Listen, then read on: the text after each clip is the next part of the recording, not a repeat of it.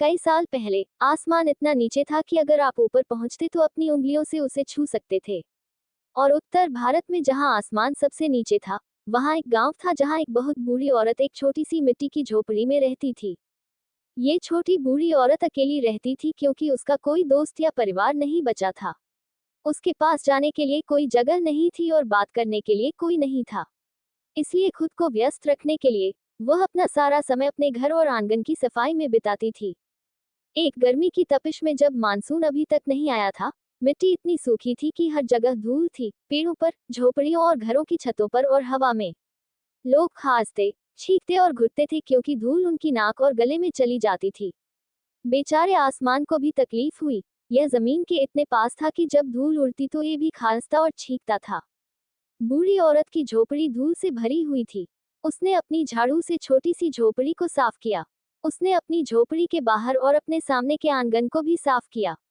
लेकिन जितना वह साफ करती, उतनी ही धूल उसके चारों ओर घूमती।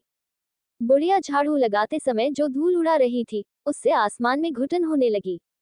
धूल उसके गले में चली गई और उसकी नाक में गुदगुदी होने लगी और उसे छींक आने लगी, एक बहुत बड़ी छींक जिसने दुनिया को हिलाकर रख दिया। लोग डर के मारे अपने सिर ढककर घर के अंदर भाग गए। लेकिन बुढ़िया झाड़ू लगाना जारी रखा। धूल आसमान की आंखों में चली गई और उनमें पानी भर गया, जिससे बारिश की बड़ी बड़ी बूंदें सूखी धरती पर गिरने लगी।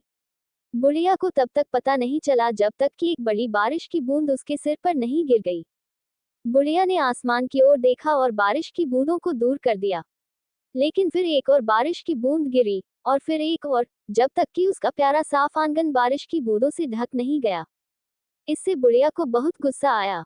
उसने आसमान पर चिल्लाते हुए कहा कि वह उसके सुंदर साफ आंगन पर बारिश करना बंद कर दे। लेकिन बेचारा बूढ़ा आसमान बारिश करना बंद नहीं कर सका। उसकी आंखें धूल से भरी हुई थीं। आखिरकार बुढ़िया को इतना गुस्सा आया कि उसने अपनी झाड़ू उठाई और आसमान पर दे मारी। आकाश ने फिर से जोरदार छींक मारी और उसके रास्ते से हट गया। लेकिन बूढ़ी औरत उसे बार बार झाड़ू से मारती रही। आखिरकार आकाश को धूल और बूढ़ी औरत की झाड़ू से बहुत तकलीफ हुई। छींकते और खांसते, गरजते और बारिश करते हुए आकाश ऊपर और ऊपर उड़ता गया जब तक कि धूल उस तक नहीं पहुंच पाए और उसने फिर कभी नीचे न आने की कसम खा ली। और इसीलिए आकाश इतना ऊंचा है, यहाँ तक कि जहाँ ऐसा लगता है कि वह धरती को छू रहा है, वहां भी आकाश वास्तव में बहुत ऊंचा है। झाड़ू लिए गुस्साए बूढ़ी औरतों की पहुंच से बाहर। दोस्तों, उम्मीद करता हूँ आपको हमारी कहानी पसंद आई होगी। कहानी पसंद आई हो तो वीडियो को लाइक करें, चैनल पर नए हैं तो चैनल को सब्सक्राइब करें और हाँ, नोटिफिकेशन बेल को जरूर दबाएं ताकि अगली अपडेट सबसे पहले आपको मिले।